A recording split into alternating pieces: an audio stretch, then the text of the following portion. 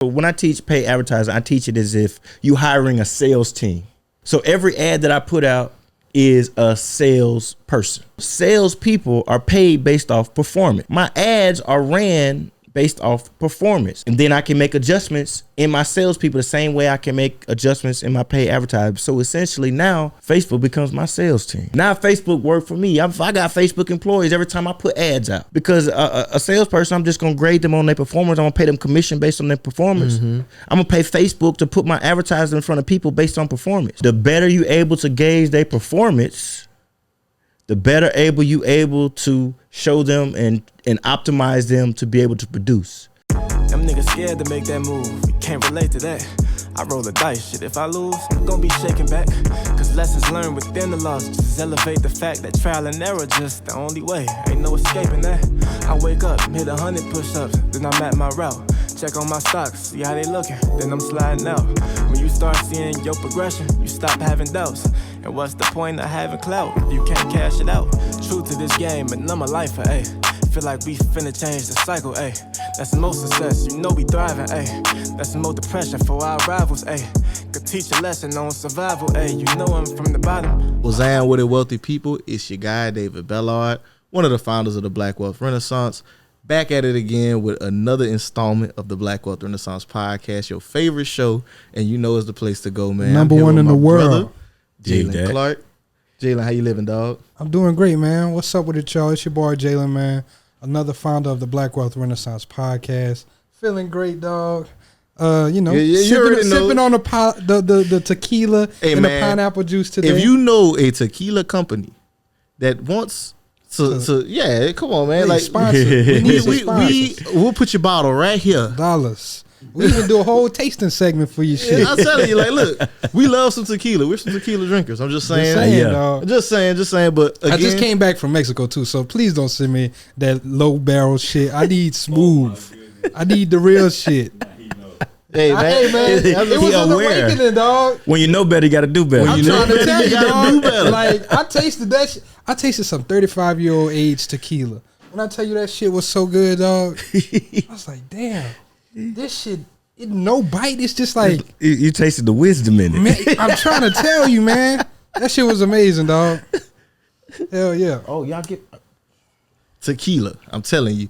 So look, we some tequila drinkers. We're connoisseurs of tequila, but that's neither here nor there. That's just us putting it out there. But yeah, y'all already know we here to kick game and give value. This is what Black Wealth Renaissance is all about. We're back with another installment. Before we get to introducing our guests, y'all already know what to do. Make sure y'all leave us that 5-star rating and review. Need it. Hit that little notification bell on YouTube. Like, share, subscribe. Make sure that you're putting this information out there for people who need it. This episode today is going to be fucking amazing. Yeah. This is something that we don't talk about nearly enough. Something we're very passionate about. We don't talk about it nearly enough because it's literally, we just talked about the lifeblood of the economy on the last episode. Now we're about to talk about the lifeblood of your business. We're talking about marketing and automation. These are two of the most important things that you can do as a business owner to make sure that you are ensuring your success. Because how the hell you going to make some sales if don't nobody know what your product is and what it do? And the brother that we got on today, he is the mastermind, the big brain behind the BizCo back end private banker society that you just heard 2 episodes ago with our brother Dr. Jake Taylor. He is a 6, 7, 8 figure marketing genius. I mean, he putting plans and plays together, and he gonna kick a lot of game. This is none other than Mr. Ignacio Zambrano, the CMO. Look at me. CMO of the BizCo brand. Welcome to the show, Ignacio. I appreciate it. I'm happy to be here. I appreciate the opportunity to be on the podcast. To be completely honest with you, this is my first podcast to be actually step on and to showcase. I like staying behind the scenes. You like to be on the back end. Yeah, exactly. I consider myself an influencer of influencers. You know what I'm saying? I like to be on the back end, but also put things in place that I know work. So I appreciate the opportunity to be here, man. I'm excited. I've been following the brand for a while. I've attended events where you guys have been sponsors of and kick games. So I appreciate the value that you guys are giving to the community, and I'm happy to contribute in the way that I can, brother. Hey, man, thank you, man. Absolutely. So Ignacio, man, just to get started, Iiggie for short. I'm gonna call you Iiggie. Cool. Yeah, absolutely. Man. But Iiggie, so just I know I gave a brief introduction. I would like just to get started for you to give our audience an introduction to yourself and kind of how you found your way into this marketing business. Yeah, absolutely. First and foremost, man, I'm from Mississippi, brother. I got to put that out there. I'm from Mississippi. I'm a country brother. Crooked letter, man. Yeah. Born and raised in Mississippi. Shout out to my brother, Dear Silas. I ain't stressing today. That's a childhood friend. But Mississippi is my background. When you come from Mississippi, you don't come from a lot. It's just like Louisiana. It's food and it's family back home for me. But it's a lot of agriculture. It's rich with family. But when it comes to business, it's a lot of things that come back. Don't get me wrong. It's a lot of fruit that starts there and roots. But you got to expand from there. So being from Mississippi, I knew that growing up that I wanted to be a business owner. Right? I saw my uncle. I worked with my uncle. He was a brick mason, but he was just good with his hands. And when I was about 3 years old, I started going out and working with him, talking with him, and he would pay me, $1 a day, $2 a day to unload some sand or to be able to carry some bricks from here to there. But I learned the power of skill sets. I learned the power of being able to provide a solution to somebody based on the work that you could do and be able to get paid for it. Because I would see my uncle, every year, he and his wife, they take off two weeks a year and they travel the world, go to Greece or wherever, and they come back. But he was all about his work. He was all about making sure that he provided a valuable service to people, that his skill set was showcased. But in that business, I also saw that he was self-employed. He made great money, but if he didn't show up, money wasn't being made. He had great word of mouth, but the marketing aspect wasn't there. People would tell about it based on the results of his skill, which is absolutely something you need. But to being able to scale that and to get more people, more customers, more eyeballs on your business, I didn't see that aspect. So I began to start looking at marketing, understanding how people behave when it comes to marketing. And I did like a semester and a half of college, dropped out of college, and had a choreography career, did BET, MTV, as far as background dances, performed on some of the stages with some of the biggest artists that you can name as far as within the past decade. But then just getting back to the understanding of marketing and seeing, what I wanted to do for myself. And I was like, okay, I'm a choreographer. I need to have some type of brand. And I saw the power of internet. I didn't have a lot of money. And I began promoting myself. The same thing everybody else was doing. And I was like, okay, well, how can I stick out when it comes to promoting myself? And then I started understanding the power of actual marketing, understanding the science behind it, why people do certain things, why people take certain actions and make certain purchases. I started studying it. And from then I shifted from marketing to understanding the power of generating leads, the power of building a following, the power of building a community, the power of being able to follow up with people. And that pushed me into paid advertisement because, like I said, I like to be on the back end. I'm not the person that's going to make 20 videos a day, sit down and edit it, post it on 17 different platforms. Although that does work, that strategy does work, but that's only an aspect of marketing. That's a very small aspect of marketing when you look at the grand scheme of things. I started looking at, okay, if we understand the science of it, then we're looking at paid marketing, then we have to understand the math behind it. And now for every dollar that we spend, we can predictably scale a business when it comes to revenue in terms of marketing. So I started diving into paid advertisement, started working on campaigns. I had a mentor at the time who was not that great of a businessman when it comes to doing right by people, but was extremely skilled in what it is that he did. Right. And my grandmother raised me, take the meat, leave the bone, take what you need, leave the rest of that, by the wayside. And I needed to learn this skill set. I saw the power of this skill set of being able to sit down and market a business and grow. And then when it comes from a business aspect, we talk about need-based businesses.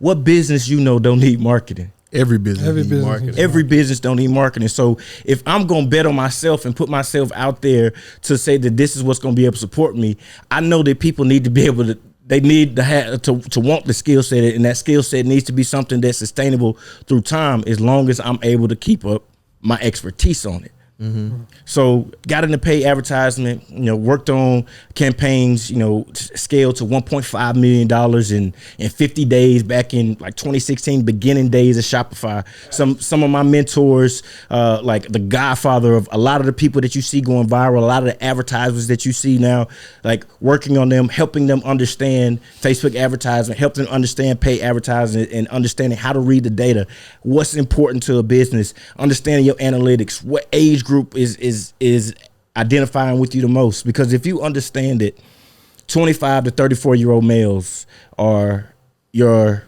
base demographic. Now you can do research on that demographic and figure out what it is that they like more of, and you can have conversations based on what it is they like, because you are going to be able to grow with that. Yeah. That's a lot. Bad, man. Look, there's a lot to unpack, dog. Hey, bro, this is about to be a good one. It is about to be a good one, dog. So some of the first things that I want to talk about is the studying part of the marketing. Yes. I even want to bring it down to, a fundamental. People hear marketing, branding, they loop those into the same thing. Can we differentiate what is marketing versus what is branding? Yes. And then dive deeper into the actual marketing side. Yes. So that's a great question, and I actually asked this question is when I was hosting on stage for a conference, because a lot of people get the two confused. Branding is more of the story behind what it is you do. When people think of your brand, what does it represent? Mm-hmm. How does it make them feel? What does it make them think about? What do they associate it with? And then that gets into your color scheme. That gets into the music that you select. That gets into the type of conversations that you have and the topics of those conversations. Marketing is being able to take that information and communicate it with the right people, so that you can attract the right people and also repel the wrong people. That's important, because most people only talk about attraction, but you have to be able to differentiate and understand that everybody not for you. Which is why when you look at your insights, you see the majority of people in a certain demographic. Those are the people who resonate with your message naturally. And so understanding that, getting in that, the other people, they may have a taste, they may rock with a little bit, but focusing in exactly where you need to be and repelling the wrong people, attracting the right people. That's the biggest aspect of marketing, is really understanding how to communicate that, picking the mark, focusing in on it. Branding is that story that they're going to be able to consume once you get that information to them. I got you. I'm picking it up. So where you go? I was just about to say, I think one of the biggest aspects of marketing is people need to understand it's very psychological. Yes. A lot of psychology majors do great at marketing because they understand how human behaviors and how to communicate with those behaviors. Yes. So I just wanted to highlight that part, that's what you're doing whenever you're actually marketing. Yes. You understand the psychology of humans and how they're going to react to certain things. Yes. And truthfully, like, when you really dive into it and you understand the psychology and you start looking at behavioral patterns, you can almost predict how you need to position your business when it comes to marketing in the future based off the behavior of people. It's not like some hard aspect. You understand the data that you currently receive, who those people are, how they're behaving. You can almost predict where things will be in the next 2 to 3 years when it comes to your marketing and your business. As they grow, you can just look at the same demographics. Yeah. So I said in the intro, marketing is like the lifeblood of your business, Absolutely. right? People don't know your product, they don't know your service. How are you going to sell it? So thinking about that, I'm laughing because it's like, it's companies that people be like, man, I have the best fucking product, I got the best service, but they're not making money. And there's companies who have shitty fucking products and shitty services who's making a lot of money, but it's because they market better than you. That's why I was laughing. That's it. But like with marketing, right? So marketing is different for every business. Some businesses, they market online. I know when we spoke with Hamza, he's in government contracting. Marketing is different. So when we talk about marketing, I mean, obviously it goes across a couple of different spectrums. But I think for this episode, I really want to focus on online marketing because that's where a lot of things are trending toward, and that's what our people need to understand a bit better. So when it comes to online marketing, what would you say is like I'm somebody, I'm just starting out and I have a small brand, I'm just beginning. What are some ways that they can start getting their business out there to those people and identifying who those people are that are their tribe? The biggest thing you should be focused on, any business should be focused on online, offline, but especially online, is building a list. Okay. Building some type of database that you can communicate with. What we find nowadays is a lot of people are dependent on social media for their business. Talk about it. But we've seen social media platforms go down for a couple hours. Mm-hmm. How does that affect businesses if you're only dependent on social media platforms? So when it comes to online marketing, we need to focus on leveraging these social media platforms as windows to your business. People come your social media platform, it's almost like they're window shopping, but your goal is to drive them to your list. Because if Instagram go down for a couple hours, I need to be on TikTok today, I can send information out to my list that I own. Because when was the last time you changed your email address? It's been a minute. I make new ones, Same. but I change the passwords. I just changed the passwords. I ain't gonna lie. You go back and you check. I ain't gonna lie. I got one email address that I made to make me a MySpace page, and I still got it. Yes. That was 2008. Yes. How many businesses do you go in where they offer you some type of discount in exchange for your email address? Every major business online. So if we talking about an online business, we talking about building a list, we talking about data.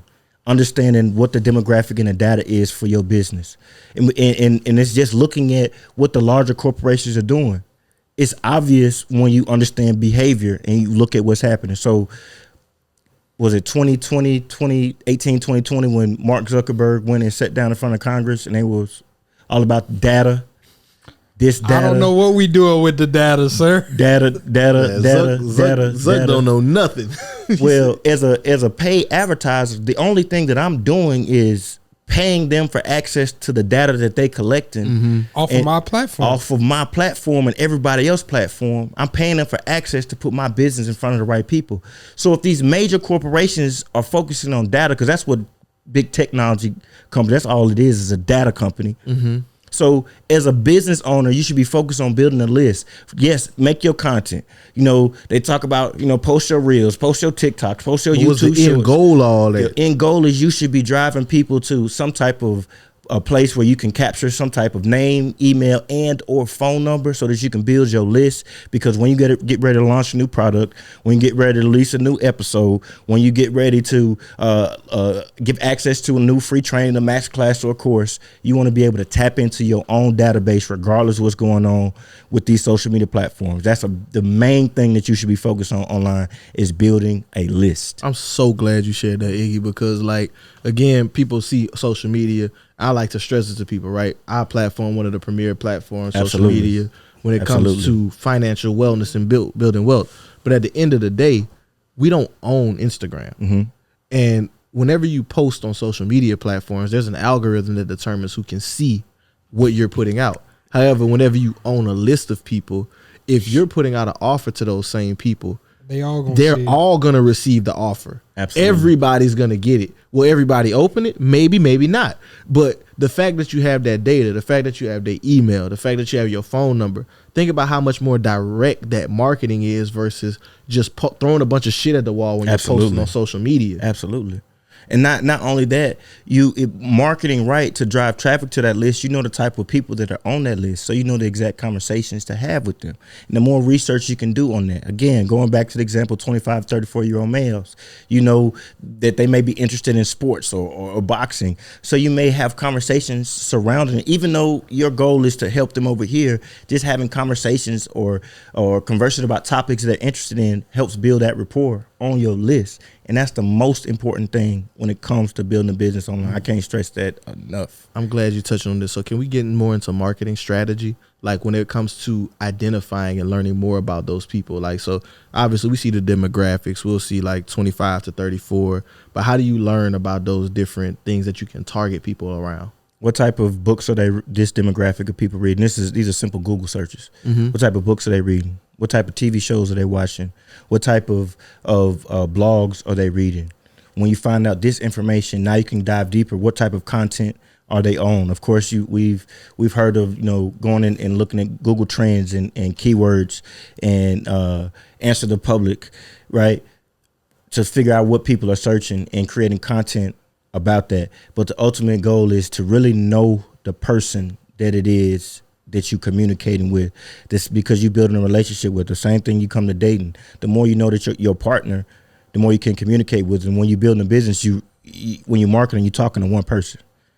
It may be a lot of people that relate with that one particular person, with what we call an avatar, your particular avatar. And we even go as far as giving that person a name. Who is it that you're talking to? And every piece of content, every piece of communication, all your storytelling should cater to that one person. That's going to be, okay, this person's this age. They may make around this type of money. They may have this family size. They may be married, may not be. And now I know I can do it. I can dive as deep as I want to with the understanding of who it is that I'm talking to.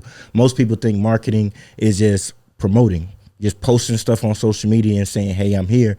And then when it's not reflecting on the back end, long term, and when we look at the psychology of it, it's not hitting endorphins. You're not getting that gratification from your efforts.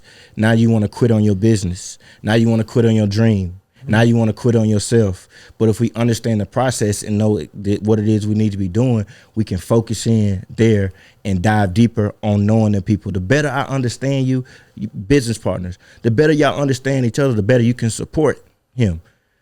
Both of y'all got different strengths, different weaknesses. More than likely, make fucking graphics. You know what I'm saying? Exactly. Understand the strengths and weaknesses of your consumer, your ideal client, your avatar, the person that you've given a name. The more you can provide things that help them. And long term, it don't matter if you making $1 off what you helping them with or not. You can support them, and they're gonna find gratitude with that, and they're gonna be with you longer term. Hey man, you just said a whole lot. And I kind of want to break it down a little bit just for some of the people to write.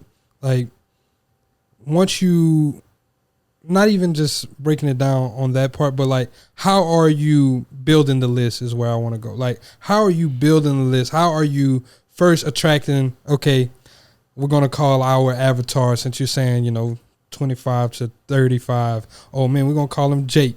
Right? How are you attracting a Jake, right? How do you know this is going to be my avatar? Like, what are you putting out to first start building that avatar up? So it's a formula that I follow when it comes to marketing across the board. It's an ACE formula. ACE, like ACE? ACE. Attention, conversation, exploitation. So the first thing is I'm putting out content on social media platforms, ultimately having a list that I want them to go to, but I'm putting out content. I may go on a 30, 45 day, 60, 90 day, putting out content and seeing what gets the most attention, what attention garners the most conversation. Those are the main things I'm for. Then once you understand that, because then now you can start going looking at data. You can start looking at insights, understanding the type of people who are engaging with your content, the content that has the most engagement. What type of content was that? Then breaking down psychologically, why did this content go? Then from there, looking at the comments, looking at the feedback that you may, messages that you may get from it. What type of conversation is that? And then going from there and creating more content like that. You may take dollars and put it behind some of those pieces of content and then drive that to a landing page, which ultimately gets them to your list. So the only way to understand your audience is to try stuff, put stuff out there, but put stuff out there with a purpose so that you can, yes. And at first you may have to just throw some at the wall to see what sticks, but you're throwing stuff to see what sticks. And once you identify just a little bit of stick, okay, why did that stick a little bit more than this? And you're getting into the data, you're getting into the psychology of really understanding who it is you're talking to so that you can identify them as a Jake. And that avatar may change as your business changes. You may develop, new innovations, and that avatar may grow in age. And that age has different interests. Understanding maybe even the political background of your demographic. That's how you're saying you can predict what you're going to need to do in the next 2 to 3 years. Yes, because they behave in a certain way. For instance, I'll give you an example based on behavior as far as being able to predict. You remember when the scooters first came to Dallas, right? the electric scooters. They're not here no more, but the electric scooters. And they first went Bird, and, right? Yeah. So at that point, I'm looking at the behavior of people to access. What did you have to do in order to access those scooters? Have a phone and scan it. Scan what? The QR code. Before then, where were you seeing QR codes to access information? So I'm sitting, on the balcony. I'm looking at people scooting down through the city, and then I'm like, everybody that has to access this has to go through a QR code. So the behavior of that is scanning. Then we're looking at the behavior of Apple Pay. So people are naturally using a phone in order to access information. So I took the QR code, figured out how to create automation systems where you can literally scan the QR code and go through Facebook Messenger to be able to order. This pre-COVID. So understanding the behavior of people based off what's going on in the world. Now, okay, they scanning it. It's access this, but them was $1 billion evaluations on them companies. So they had market penetration. So a lot of users were behaving or going through that behavioral process to access through QR codes. Of course, I didn't know what was finna happen and it was going to be but based off behavior, I saw that there was going to be a timeline. Based off just looking at how people behave, then understanding the people. QR codes for menus, for everything. Everything. If I was a restaurant owner, I wouldn't have people scanning QR codes going directly to a menu.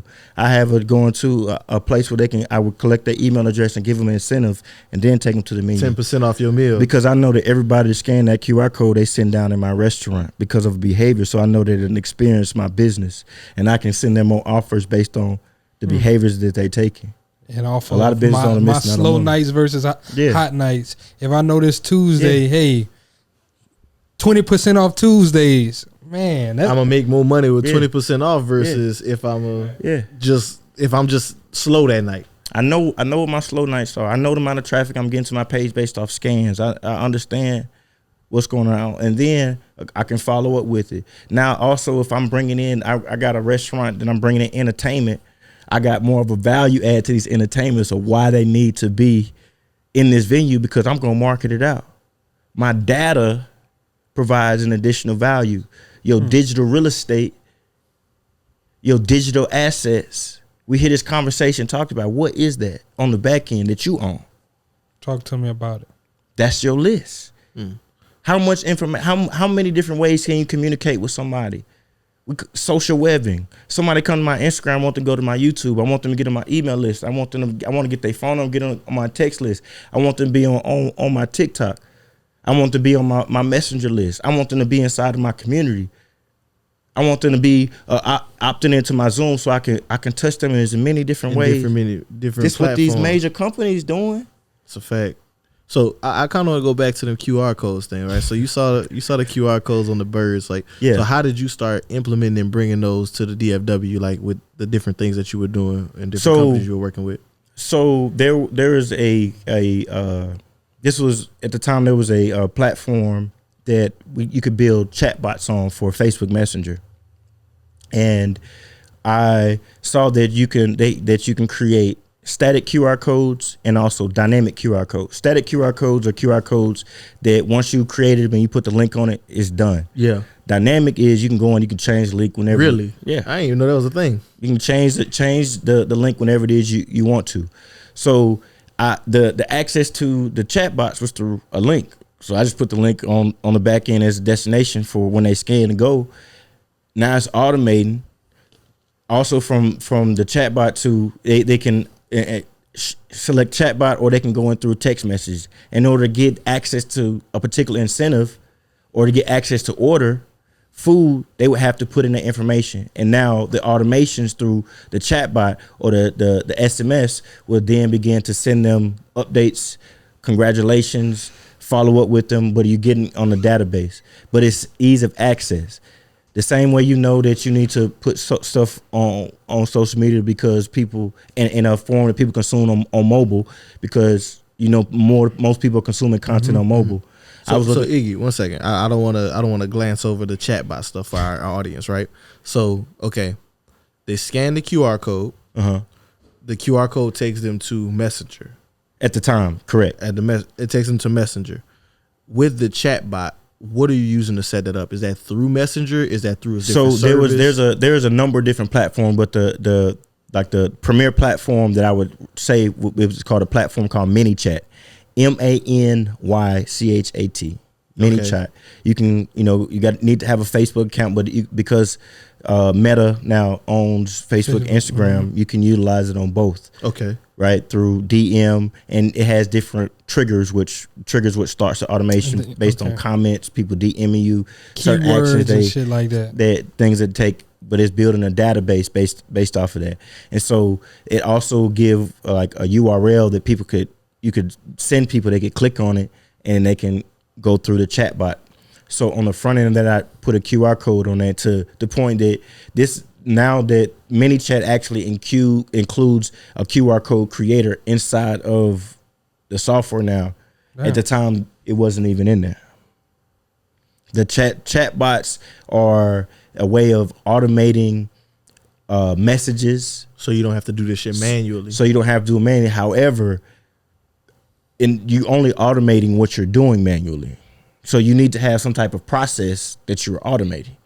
You can't automate something if you don't have a process. And a lot of people think just because I got this automation in place, I'm good.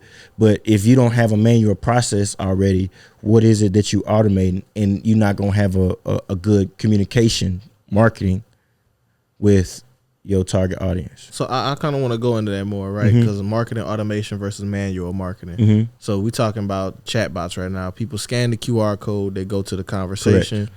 And the chatbot is doing this, but when you're saying setting up manual, are you talking about like seeing the initial to gather that data? Like you're manually doing this to get the initial reactions to kind of tweak the copy, or like what does that look like? Yes. So again, goes back to understanding like human behavior. How are people engaging? How are they responding?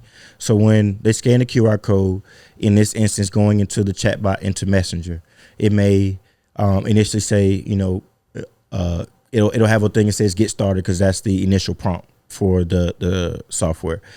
After they get started, they agree that they want to subscribe, which is what that get started is.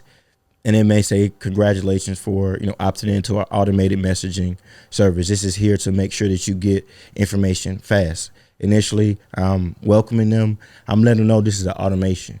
But in order to get there, I may have had to accept some messages manually in my process of answering. Some people DM y'all all the time, kind of the questions that they ask majority of the time. Now you can put automations in place, what they asking, so that you're not having to manually do that process. If they asking, how can I get, my product featured or placed in the podcast, or whatever the question is, you can kind of have. How can I invest in the stock market? Yeah, exactly. You have these certain things automated, so that and it gives them access to the information that you would recommend that they have, but at that same time they agreeing to subscribe to your database. And at the time, I was heavy on Messenger chatbots because it was the #1 ranked app in the social media marketplace in the App Store. So I was looking at, okay, what's going on? If it's a #1 ranked tier, Facebook, it was outranking Facebook just globally. If Facebook got this many users, it was a #1 communication over, aside from text message, globally. So it's just understanding certain aspects. Since the whole situation with the data and everything, people have kind of steered a little bit away from chatbots when it comes to Messenger, but you still got WhatsApp, you still got Instagram DM. It's crazy because Meta still own WhatsApp too, and Instagram. So it's the same thing, but it's just branding, public perception. Yeah, which shapes public perception and perception whole reality. Thing is, it's encrypted. It's just the same motherfucking people. Yeah. Facts. It's the same people that's encrypting, and when you say encrypt, if you don't understand what they mean, which most people don't. What y'all doing? Y'all locking the door? Yeah, it's secure. What y'all do? Y'all lock the door. Y'all got access to it. Yeah, y'all put a password on it. What does that really mean? What level of encryption? And if y'all told me a level, and I don't know, like, how y'all really protecting that? But yeah, there are other opportunities, but the main thing for sure when it comes to list building is an email list. Chatbots are ways to communicate with people, but bridge them because you still want to collect inside the chatbot. Because you don't own it. But I can download a CSV file with your email, your name, your address, your phone number, and I can store that on a hard drive. Internet go down for a couple of days, erase everything, whatever. I can market to you forever. I can market to you. You change your email address, all right, cool, but like we just don't happen a whole lot of times. And then also when we talk about paid advertising, leveraging that data, I could take that same CSV file that I downloaded my email list, I could upload it to these advertising like platforms. Meta, Snapchat, Google. And now I can, based on all the data points that they have, they're gonna go and find these people, and it's gonna say, I'm gonna say, hey, this is my list of people. This is all the data points that I have. Go and create an audience and find these people on your platform based off all the data points you have. Mm-hmm. And I can retarget these people. I can, create audiences of people who fit the data points of them, look-alike audiences, and I can market to those people. But I can start my list. I can start with people who I know who rock with me. Now, if I have a leads list or a buyer's list, people who actually purchase, I can communicate and market with them differently. So, but before we go into the paid marketing side, I know you kind of want to go there. I still want to go back to the customer avatars because I think that's very important. With creating a customer avatar, you talked about a few different points, like I think you mentioned like their age, kind of like some of their interests. If I'm a small business owner and I'm trying to figure out my customer avatar, what advice would you have to offer for them? Look at competitors in your niche, in your industry. How are they marketing? Ain't nothing new under the sun. How are they marketing? What is their messaging? How are they communicating? There is also a saying that good artists copy, great artists steal. Mm-hmm. If I'm a good artist, I may try to mimic and copy what it is that y'all doing. But if I'm a great artist, I'm going to take what works from over here. I'm going to take what works from over here. I'm going to take what works from over here. So research in that industry, there's two things that allow you to create your avatar: experience and research.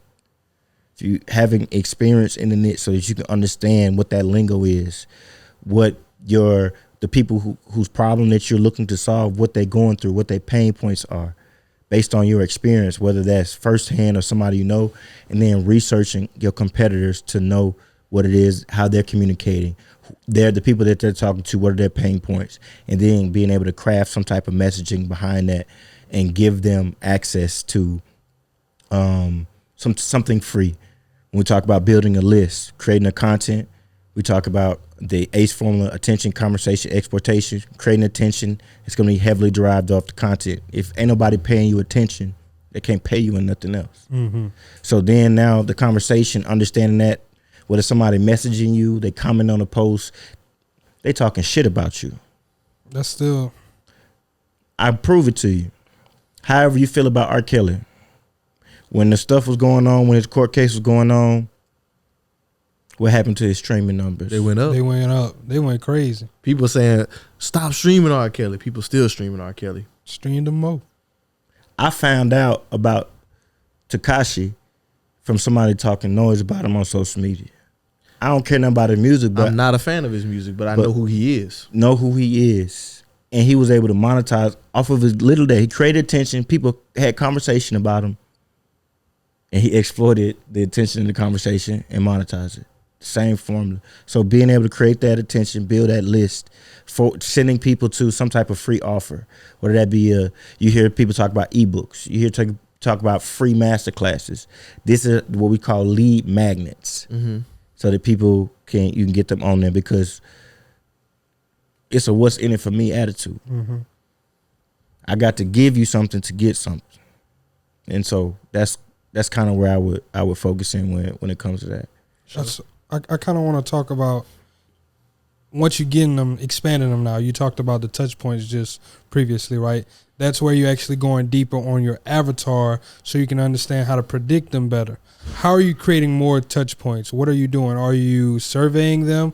Are you giving them more offers so they can answer certain things? What are you doing in that instance? So absolutely surveying them figuring out what it is that they like, seeing the conversation that's had around other topics. Literally, I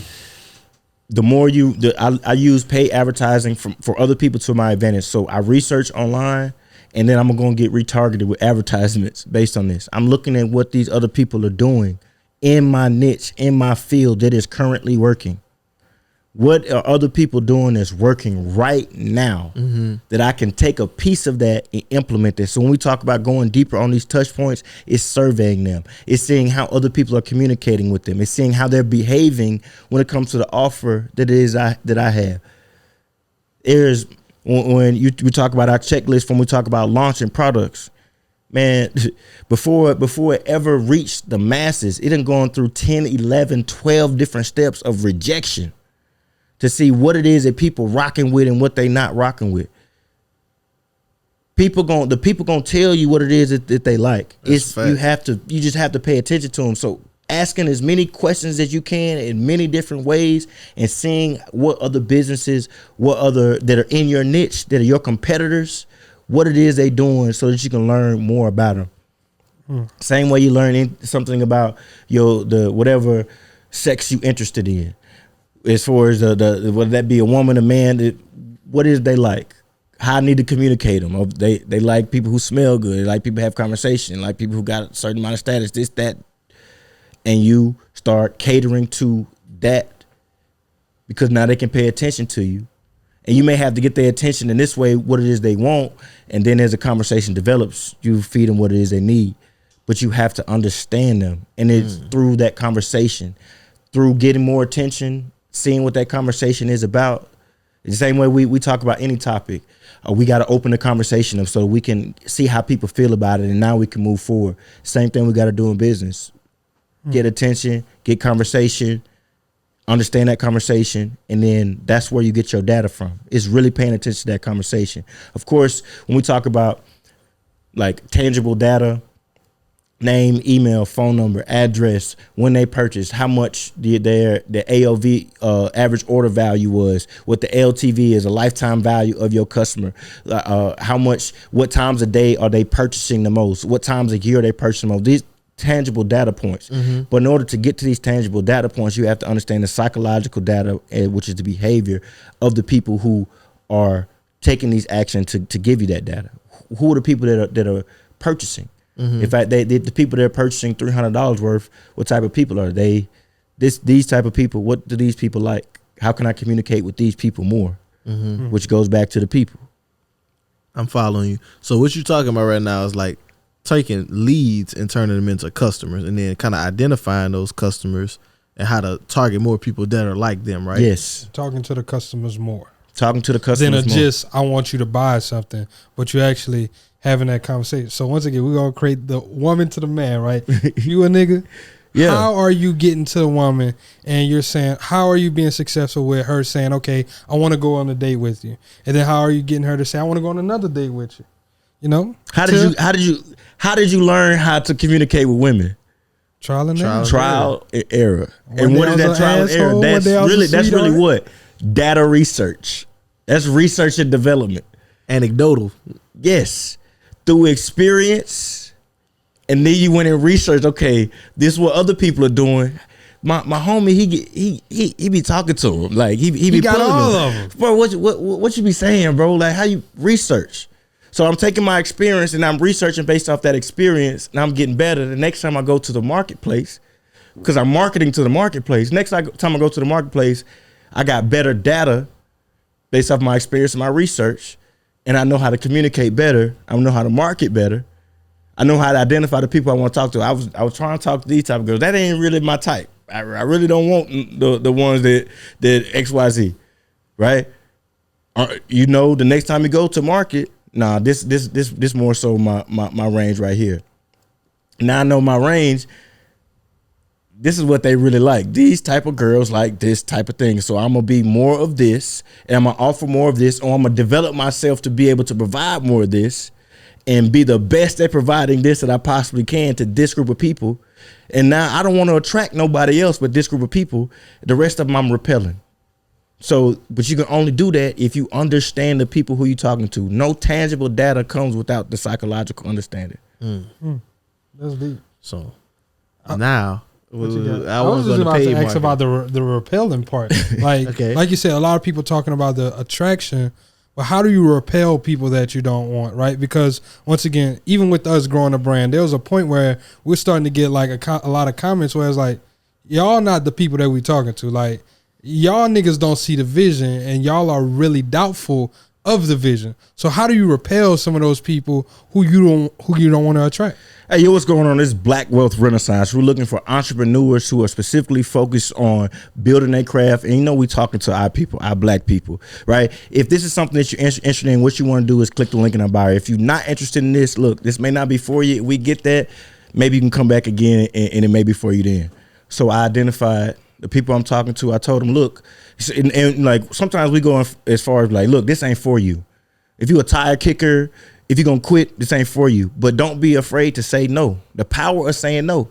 If somebody come in here and they start doing something to you that you ain't rocking with and you ain't feeling, you're gonna tell them stop. You're gonna tell them no. The same way in your marketing.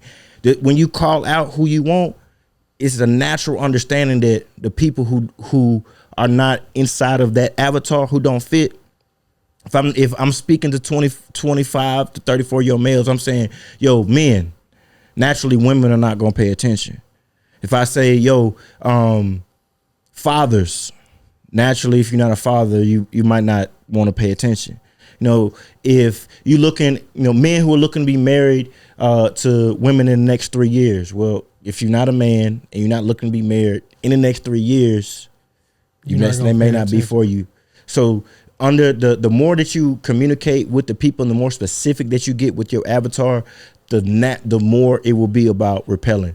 But if you just broad and you just want to be focused on attraction, then you get a whole bunch of people who not really, they don't really want what they you don't offering. really want what you offering, and ultimately that does nothing for your business.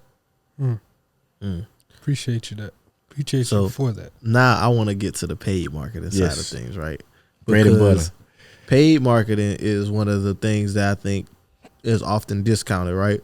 Organic marketing is great. You can get a lot of attention through that. But when we start talking about conversions, you got to get a little pay to play somewhere in there at one point or another, right? So when it comes to paid marketing, I kind of want to talk about like, how did you find your way into it? And then we get to some strategy stuff a little later. So again, I found my way into it because I had a mentor who was like an expert at it, like unbelievable when it came to pay advertising. And then like at the time, I wasn't somebody who just necessarily wanted to be out front. I've always been somebody who could be, but I'm a great number two. Mm-hmm. I'm a great number two who, if you know what I'm saying, the point guard out the game, I can play point two. I could be whatever it is. So paid advertising was a way for me to reach more people and not having to be in front of a lot of people. So it was the ability for me to master and be in front of people, in people's face, but out the way.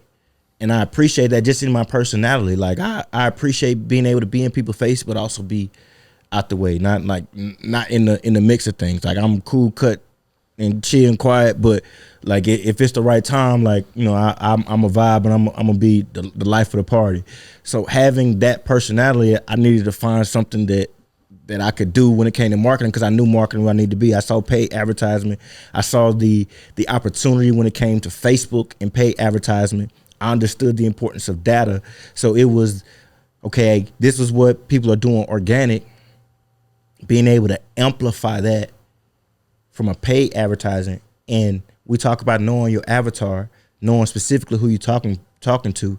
Now I can take paid dollars and I can create advertising campaigns and specifically advertise to these people who I know are my avatar, with communication and references and content that I know that they rock with. And now I can pay to put this in front of them. And based on the funnels that I have in place, based on being able to track that through my funnel, I can now create dollars from my ad spend. So then I can predictably say every dollar that it is that I spend, I make this on the back end. So now you have an ATM machine. Every time if you could go around and every time you gave somebody $1 and they gave you $1.75 back, would you do that? You know, all you had to do, they won't give you, absolutely. So in your business, if you understand how to structure that process to be able to put money into a machine and it give it to you back, now you can scale your business. And people like feel great about being able to do it organically. That's absolutely great. Wonderful. Takes a lot of hard work. I ain't gonna lie. That's one of our biggest downfalls, if you ask me, is like we lean too heavily on the organic movement and not. But if you understood the data that you built and the footwork that you already done, because again, we're going back to automation, automating the manual process. Pay advertising, automating what you're doing organically. Mm-hmm. You've identified what type of content your viewers like. You identify what age group. You identify the type of conversations. You identify what content, based on when you put it out, brings in revenue. So now taking those pieces of content like it, putting dollars behind it, and putting a system that actually drives traffic, converts leads, builds a list, creates offers. So you guys having the following that you do and the data that you do, because did you know, based on your viewership on your views on Instagram, you can go run ads to them right now, Instagram or Facebook. Mm-hmm. You can run ads to them based on how much they've watched your video. So somebody watched your video 75% of the time, would you say that they are interested in very interested? 95% of the videos, and you can select the videos, and you can run an ad directly to them people. $5 a day. I got people that went from $5,000 followers to $40,000 on a $5 a day budget for 2.5-3 months, based off putting that content in front of the people that matter, understanding the data, understanding their demographics. People miss people when they look at marketing. $5 a day? $5 a day. Because you understand who you need to put this in front of. And based off your organic marketing, you can take the work you've already done, because they collecting the data and they just giving us access to it. So when I teach pay advertising, I teach it as if you hiring a sales team. Talk about it. Right? So every ad that I put out is a sales person. And you know, salespeople are paid based off performance. That's a fact. My ads are ran based off performance. If I send a salesperson out to a specific area with a specific number of tickets to sell, and when the data comes back, he not selling no tickets, well, is it his performance? Is it the area that I sent them to? Is it the type of people that I wanted him to talk to? Is it what I was telling him to say to the people that he was talking to? I look at that, and then I can make adjustments in my salespeople the same way I can make adjustments in my paid advertising. So essentially now, Facebook becomes my sales team. Now Facebook work for me. I got Facebook employees every time I put ads out. Because a salesperson, I'm just going to grade them on their performance. I'm going to pay them commission based on their performance. I'm going to pay Facebook to put my advertising in front of people based on performance. And if it don't work, I can shut it down. The better you able to gauge their performance, the better you able to show them and optimize them to be able to produce. The same way you do your advertisement. The same way pay advertisers. And it goes right back to you only automating what you're doing manually. That's heavy. So I'm glad you're getting into this, because I kind of want to talk about some of the data wars that's going on that a lot of people might not be privy to.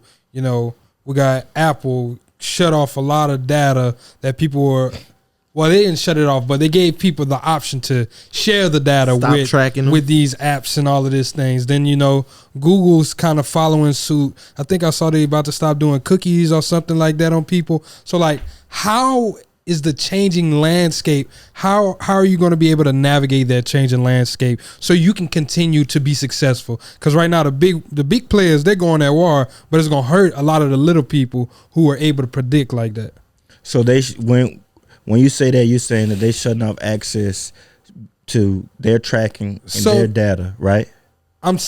I'm saying they're shutting it off, but they're giving people more of the power and, more authority. Yeah. And people, once they saw the thing with the FBI, like you said, you saw a change in behavior. You saw the Messenger stop being the number one app. So it kind of has that same effect. It's like, oh, why am I sharing this with you? Yeah. I'm going to hit cancel. Right.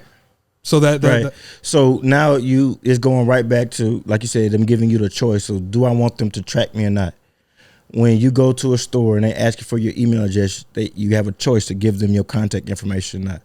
You going on their list, and you have willingly chose to give your contact information to them on their list. So if they're shutting down these, or not shutting down, but they're giving you the choice to keep them from tracking your data, that means that I need to be building my list even more.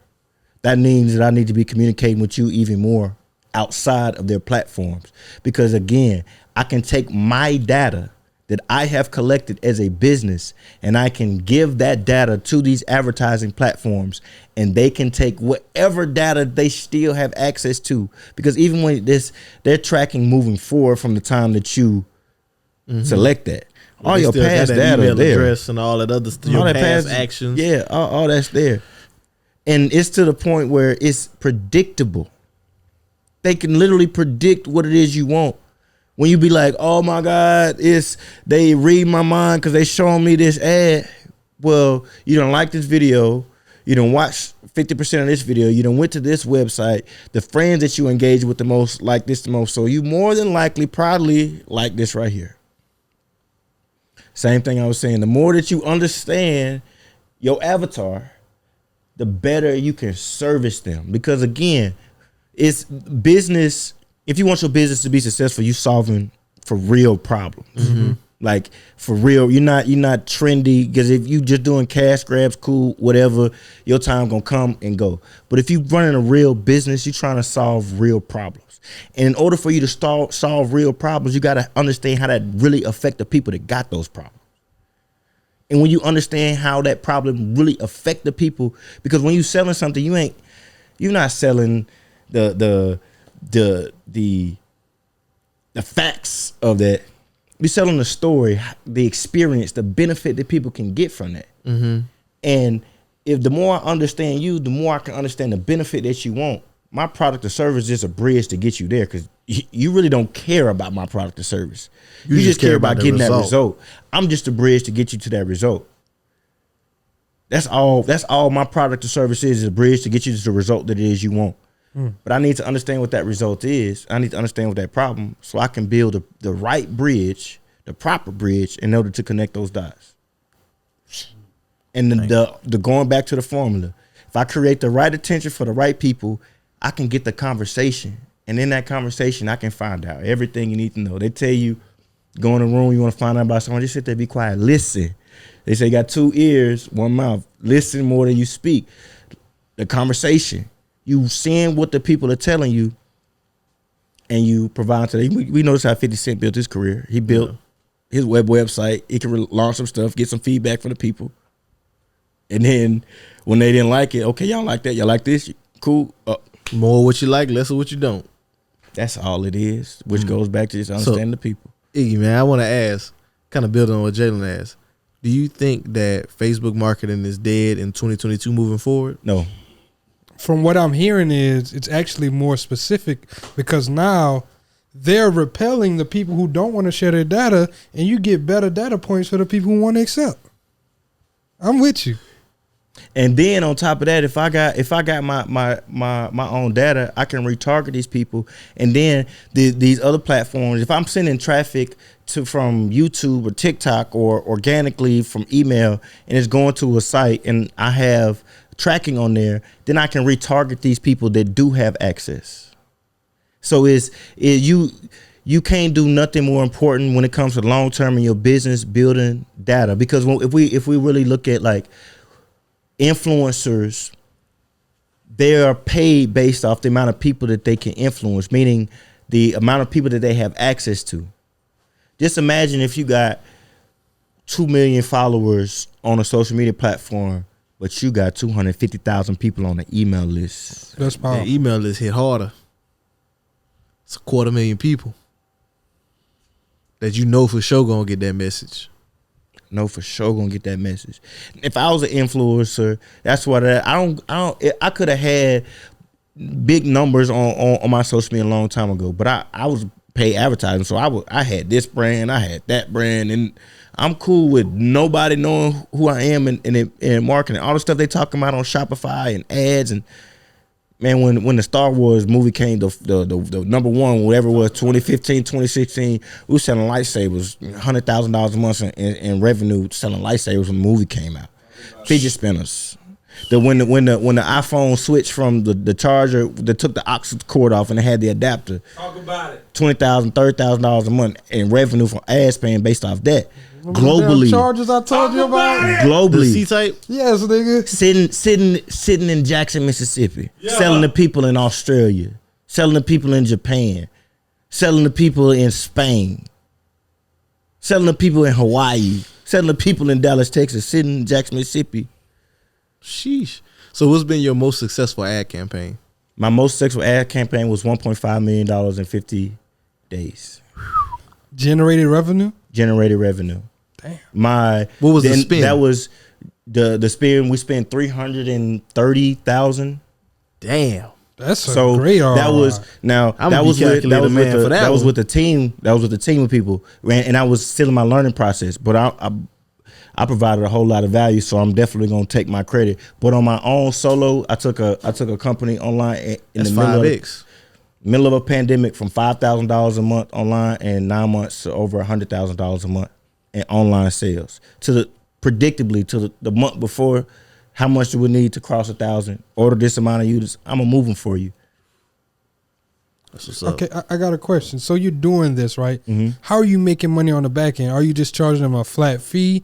Have you ever been approached by someone who say, okay, look, I might not have the full money, but I give you a percentage of the back end of that 1.5 million. Have you ever been approached like that? How are you charging, and how can someone grow? All of the above, just depending on what it is, the time that it is that I have to provide value to it. If it represents something that I represent as far as me and my business structure, and if I see benefit in that long term. So starting off, it was just, I was charging $250, $500 an ad campaign, right? And then as it went up, it grew to $2,500 a month. Then, and $2,500 a month plus a minimum of $1,000 that you had to have additional to spend in advertising dollars. So my service fee was $2,500, and minimum you had to also have an additional $1,000 that didn't come to me. You had to have that on a card that you connected to your ad account, and that was a minimum that you would need to be able to spend. Now, of course, if we spend $1,000 and I'd have made you $3,000, you would want to scale.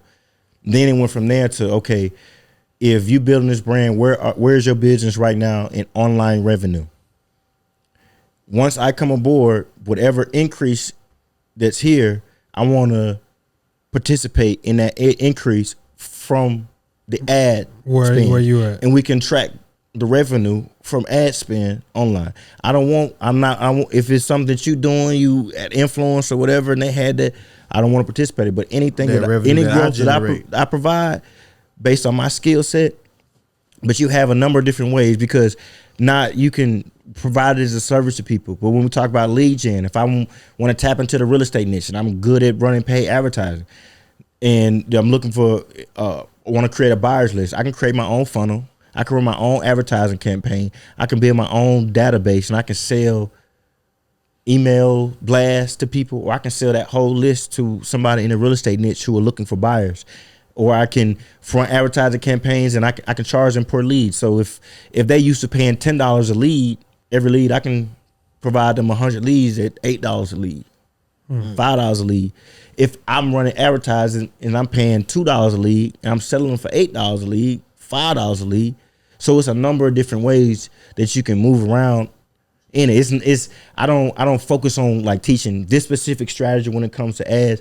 This is how you run ads. This is a skill set. Figure out what value you can add based on your experience and your research, and tap into it. Because that's what I did. That's my story. Marketing was something I knew that everybody was gonna need. Mm-hmm. So you figure out, take this skill set, what it is that you do. For people who have podcasts and have shows. It may be able to get you more viewership. It may be able to build a list that you can market to people. We are big, we are the Private Banker Society. We are big on community, huge on community. So our focus is getting as many people inside our community, because in truth, that's still building a list, still building a database, but it's a dynamic database. So it's focusing, taking that paid advertisement, understanding the process of a funnel, understanding that you need leads, that you need to be able to convert those leads into sales, that you need to be able to communicate with them long term. In order for you to do that, you have to understand the people who you're talking to, what problems they have, and how to position your solution in terms of the benefits and what's in it for them. I ain't gonna lie, man. This has been a really insightful episode. Anybody who's looking to really scale, grow their business, understand how to, talk to your audience, go back and listen to this one again, dog. Please.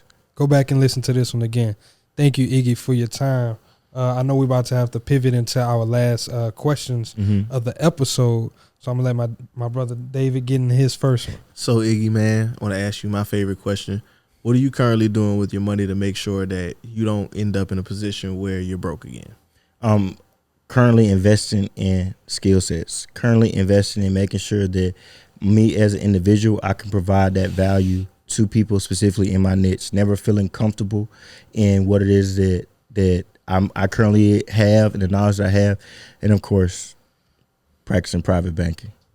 That's what's up. Of course. So practicing private banking. I got my 3 questions. First question: are you frugal or are you a flexer? I've had my share of both. Naturally, I'm more frugal, but I do have my moments of flexing. But my flexing is may not be the typical flexing. It's gonna be like hard hitting right there in that moment, and then I'm gonna duck off and go somewhere safe out of the way. But it's scattered. But I definitely had a phase in my life. I'm older now. In my earlier 20s, I had that phase where I was just wanting to show everybody everything. But as the more wealth that I saw myself wanting to create, I wanted to be able to go places and be with my family and chill and not having to be. So I toned it down a lot on that. That's a bet. Second question is, how are you building wealth for your family? What are you doing to leave a legacy? So the biggest thing that I'm doing is making sure that I'm documenting and teaching the skill sets that I have to my children, as well as showing proof of that online. And I understand that in order to really leave the legacy that I want, it has to be proof of that duplicated in other people. So building the community that we have with the Private Banker Society is a huge part of that legacy. Is pretty much a ministry for myself. Also understanding the process and how banks work, how banks leverage insurance, how banks leverage certain investments, even outside of the stock market and real estate, to be able to move. But really investing into people and having that process in place for my children to be able to take the step forward and follow in the footsteps, because I can invest in money. As far as skill sets to acquire money. I can invest in crypto, which I'm not even gonna get into that conversation because that's a whole nother thing. But you got all the different investments, but I believe the most in investing in people. I believe most investing in people. They say that the day a man dies is the day that the last person speaks your name. And so I look to provide value, and I look to provide information to people that continues that going, so that my legacy is forever spoken of. Because if my children go somewhere and they can speak my name, they have access to something speaking my name based off the works that I've done, that's legacy for me. That's deep. Last question: do you have life insurance? Yes.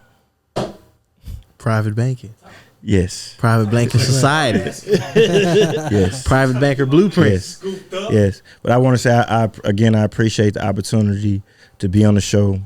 Keep doing what you guys are doing, giving access to new people. Again, this is my first podcast, and it's an honor and a privilege for this to be the first one. For me, this is history. This is part of my legacy today.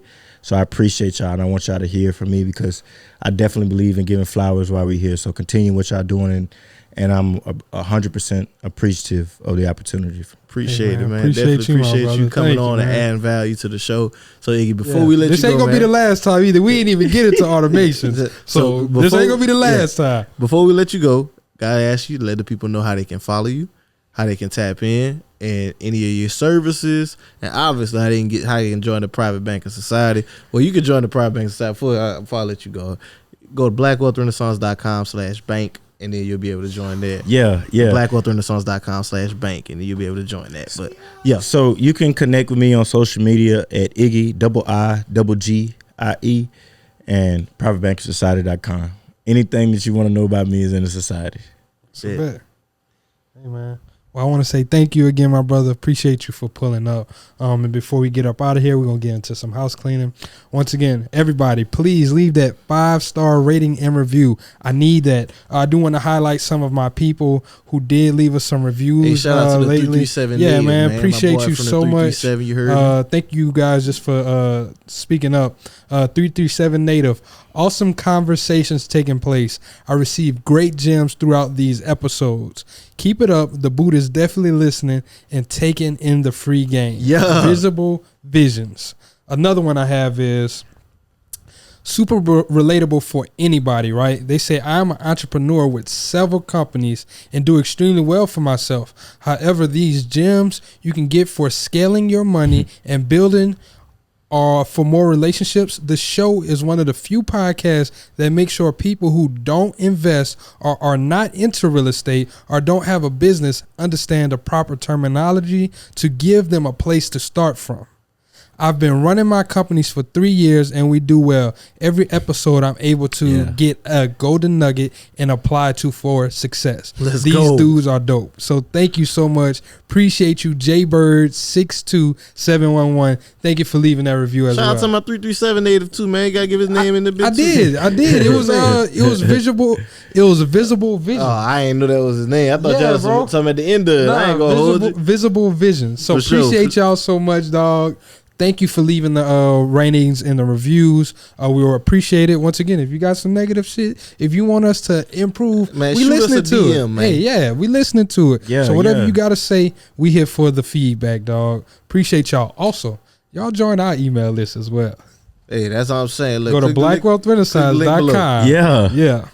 Click the link below. But nah, man, Financially Invincible Challenge just wrapped up. So we don't have that for y'all. If you missed it, sorry, you played yourself. Could have got some very valuable information that could help change your family for generations.